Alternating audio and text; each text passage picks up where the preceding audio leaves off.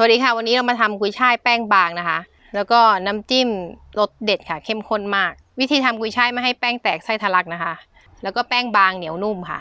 เดี๋ยวเราไปดูวัตถุดิบแล้วก็วิธีการทำกันเลยค่ะ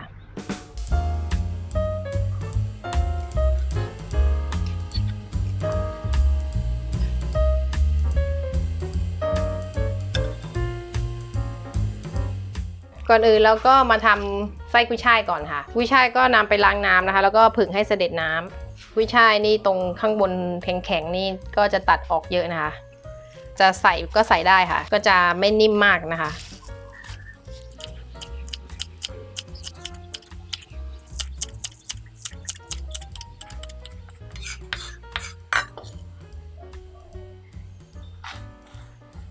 กุยช่ายที่เราทำวันนี้200 กรัมนะคะใส่เบกกิ้งโซดาครึ่งช้อนชาค่ะเพื่อให้ใบกุยช่ายสีเขียวสวยสดอยู่นะคะเกลือครึ่งช้อนชาค่ะน้ำตาลทรายครึ่งช้อนโต๊ะค่ะน้ำมัน1ช้อนโต๊ะนะคะจะใช้น้ำมันหมูน้ำมันพืชหรือน้ำมันเจียวกระเทียมก็ได้นะคะขยำให้ทั่วเลยนะคะขยำจนกว่ากุยช่ายจะสลดนะคะ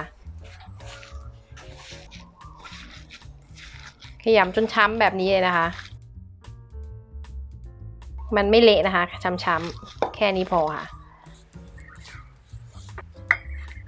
ใส่ตะแกรงไว้นะคะเพราะว่าเดี๋ยวน้ำกุยช่ายก็จะออกมาอีกนะคะแล้วก็จะได้ไส้กุยช่ายที่แห้งดีค่ะเวลาเอาไปใส่ไส้จะได้ไม่แตกง่ายนะคะทิ้งไว้แบบนี้เลยนะคะแล้วก็ไปทำไส้หน่อไม้ต่อค่ะหน่อไม้นะคะนี่ก็หน่อไม้ในสวนค่ะแล้วก็เอามาเลือกอ่อนๆต้มให้จืดเลยนะคะแล้วก็เอามาหั่นชิ้นเล็กๆเลยค่ะ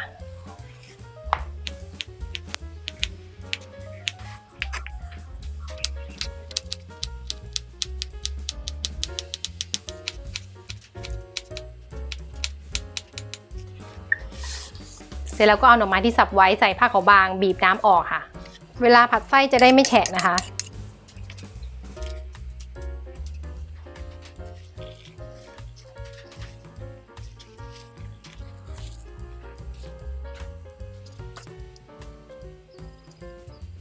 แล้วก็หั่นเห็ดหอมค่ะ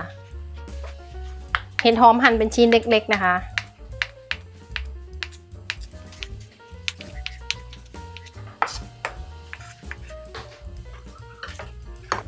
แล้วก็กุ้งแห้งค่ะอันนี้เราใช้กุ้งแห้งอบนะคะอันนี้แบบไม่เค็มค่ะมันจะมีแบบเค็มกับไม่เค็มนะคะแบบอบก็จะเป็นแบบบางๆนี้นะคะมันจะเบาๆอันนี้เราใช้10 กรัมค่ะถ้าหากว่าจะใช้กุ้งแห้งเนื้อก็ได้นะคะแต่ว่าต้องเพิ่มเป็น30 กรัมนะคะเพราะว่ากุ้งแห้งเนื้อก็จะหนัก10 กรัมก็จะมีอยู่แค่นิดเดียวค่ะเตรียมวัตถุดิบไส้หน่อไม้เรียบร้อยแล้วก็ไปผัดกันเลยค่ะใส่น้ำมันประมาณ 1-2 ช้อนโต๊ะนะคะพอน้ำมันร้อนก็ใส่เห็ดหอมลงไปเลยค่ะ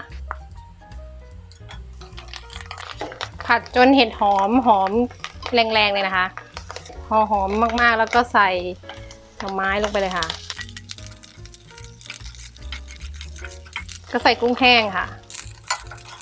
คลุกให้เข้ากันนะคะแล้วก็ปรุงรสชาติเลยค่ะน้ำตาลทราย1 ช้อนค่ะซอสหอยนางรม2 ช้อนค่ะซีอิ๊วขาว1 ช้อนค่ะแล้วก็พริกไทยป่นประมาณครึ่งช้อนนะคะมากน้อยตามชอบเลยค่ะ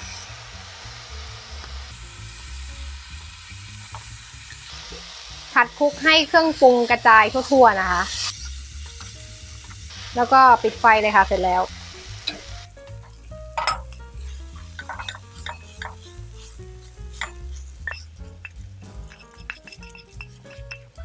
แล้วก็พักไว้ให้เย็นสนิทเลยค่ะเสร็จแล้วก็มาทำแป้งกุ้ยช่ายต่อเลยค่ะแป้งข้าวเจ้า100 กรัมนะคะแป้งมัน80 กรัมค่ะเกลือครึ่งช้อนชาค่ะ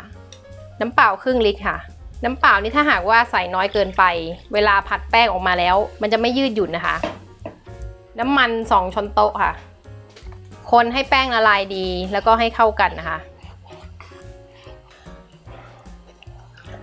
ละลายหมดแล้วนะคะแป้งเราก็นำไปตั้งไฟได้เลยค่ะใช้กระทะสแตนเลสก็ได้นะคะก็จะมีแป้งส่วนที่ติดกระทะบ้างนะคะ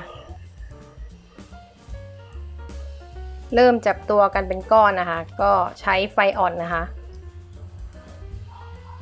ตอนตั้งไฟกวนครั้งแรกใช้ไฟแรงได้นะคะ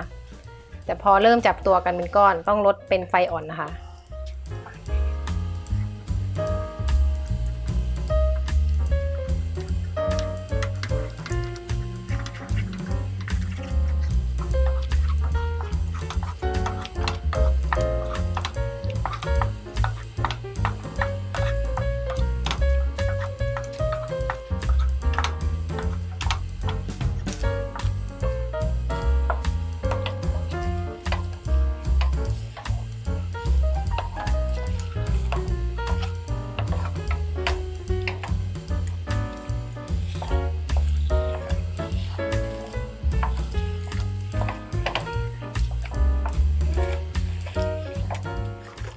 กวนเป็นก้อนได้ขนาดนี้ก็พอละค่ะแล้วก็จะปิดไฟแล้วก็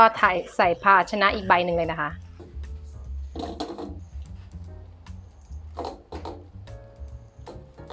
ก็จะพักไว้ให้คลายร้อนครึ่งชั่วโมงนะคะให้พอนวดได้ระหว่างรอก็มาทำน้ำจิ้มก่อนนะคะใส่น้ำตาลทรายซีอิ๊วดำหวาน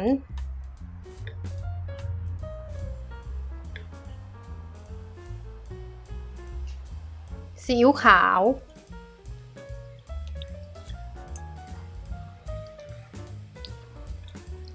น้ำส้มสายชู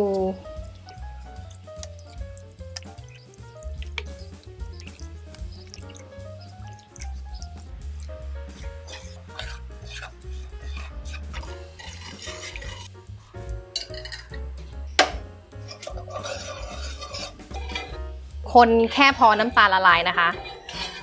น้ำตาลละลายหมดแล้วนะคะก็ยกขึ้นเลยค่ะพริกแดงนะคะตำหยาบน้ำจิ้มก็เสร็จแล้วนะคะนี้เราพักมาครึ่งชั่วโมงแล้วนะคะนี่ก็ไม่ค่อยร้อนมากแล้วค่ะแล้วก็จะนวดเลยค่ะ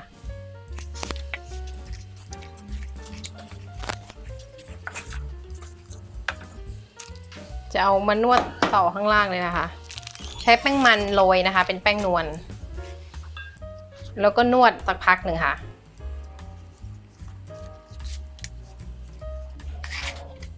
นี่เราก็จะนวดแค่นี้นะคะแป้งก็ยังติดพื้นอยู่ไม่เป็นไรนะคะเวลาเราเอามารีดเราก็จะใช้แป้งมันโรยเป็นแป้งนวลเยอะๆนะคะนี่เราก็ทาน้ำมันที่ใบตองไว้นะคะเตรียมไว้เลยนี่ก็เป็นไส้กุ้ยช่ายนะคะน้ำก็จะออกมาเยอะเลยค่ะนี่ก็เป็นไส้หน่อไม้นะคะ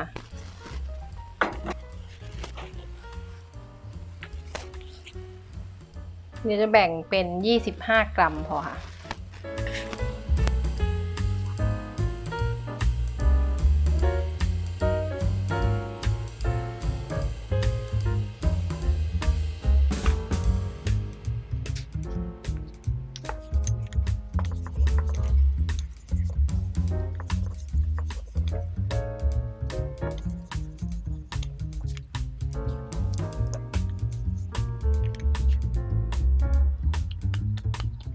ไส้ที่เราทำให้ดูในคลิปก็จะไม่พอนะคะเพราะว่าเรามีไส้ของเมื่อวานนี้อยู่แล้วค่ะเราก็เลยทำแค่นี้ค่ะถ้าหากว่าเราใส่ไส้เยอะๆเลยนะคะแล้วก็จะให้พอดีกับแป้งก็ทำไส้กุยช่ายสัก2 สูตรแล้วก็หน่อไม้2 สูตรค่ะ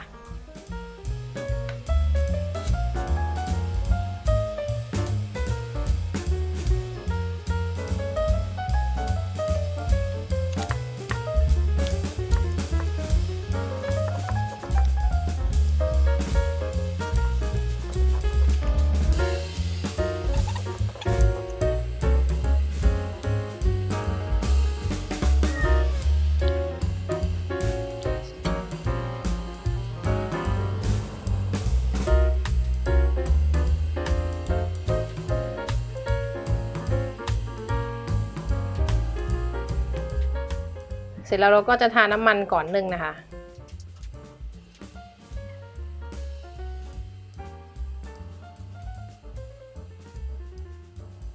แล้วก็นำไปนึ่งเลยค่ะตั้งน้ำให้เดือดนะคะแล้วก็เบาไฟเป็นไฟอ่อนๆเลยค่ะอันนี้เราทำชิ้นใหญ่นะคะเราจะใช้เวลานึ่งประมาณ7 นาทีนะคะนึ่งจนสุกเลยค่ะครบ7 นาทีแล้วนะคะสังเกตดูว่าแป้งสุกก็จะใสนะคะเอาออกมาเลยค่ะนึ่งนานไปก็จะทำให้ไส้แตกได้ค่ะอันนี้เราก็ปั้นไว้ให้หมดนะคะแล้วก็ทยอยนำไปนึ่งค่ะที่นึ่งมาก็ไม่ร้อนมากแล้วนะคะแล้วก็จัดเสิร์ฟได้เลยค่ะขอบคุณสำหรับการรับชมคลิปนะคะถ้าชอบก็กดไลค์กดแชร์กดติดตามแล้วก็อย่าลืมกดกระดิ่งแจ้งเตือนเพื่อที่จะไม่พลาดคลิปใหม่ๆคลิปของพวกเราคลิปต่อไปนะคะและพูดคุยสอบถามกับพวกเราได้ที่เพจ Facebook สวนครัวคุกกิ้งอย่าลืมกดติดตามเพจให้ด้วยนะคะสำหรับวันนี้สวัสดีค่ะ